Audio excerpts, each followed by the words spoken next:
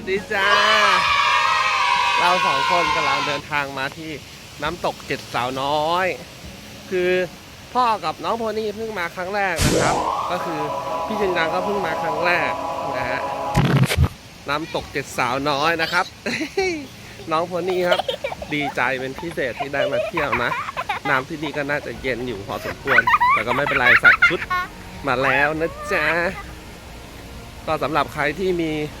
เด็กน้อยนะครับก็ไม่ควรที่จะให้น้องเล่นน้ำตกนานๆนะใช่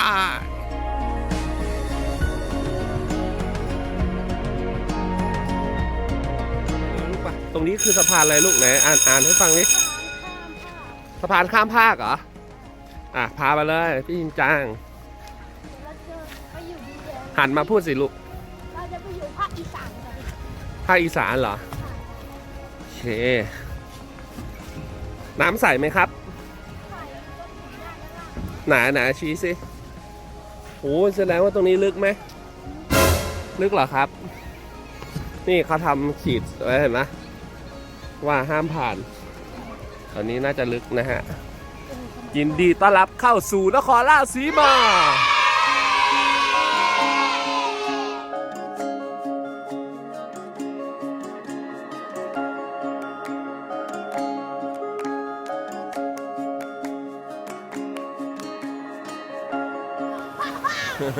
เป็นไรเอานั่งขาลงมาลูกนั่งเลย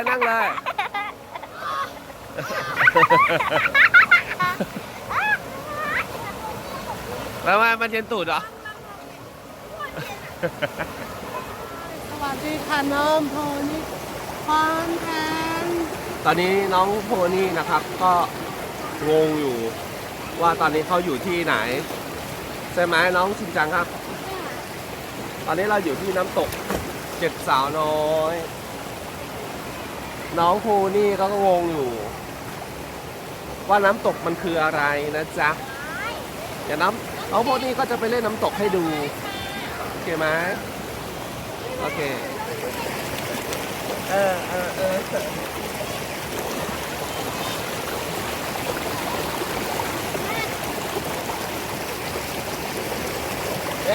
สนุกไหมคะขัดเพิดไหมเดี๋ยวมันหนักเองหรือว่าไม่ทันละเปียกไปหมดแล้วเล่นนานไม่ได้นะคะเราเดือนนี้บึ้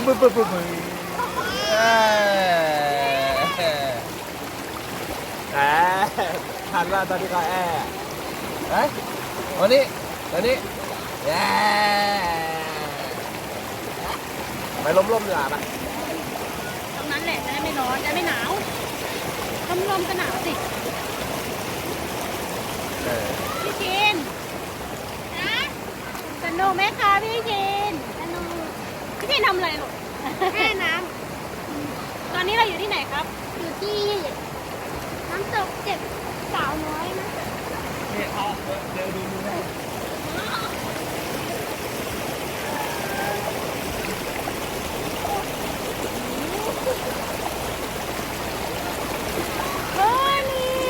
วันนี้ทำอะไรคะวันนี้กำลังมือเล่นน้ำอยู่เล่นน้ำอยู่ล่ะลูก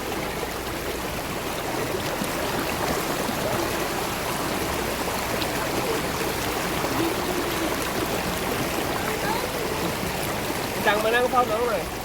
ขอพ่อไปแช่น้ำหน่อยพ่อร้อน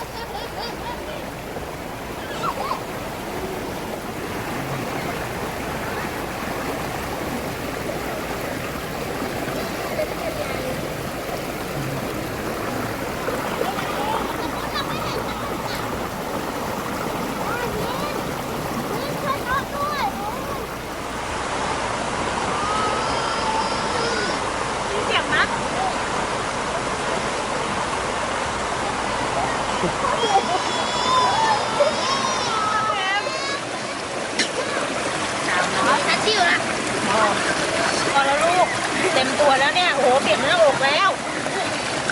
นั่งตรงนี้เต็มที่ตรงนี้แล้วนะเราขึ้นแล้วพอแล้ว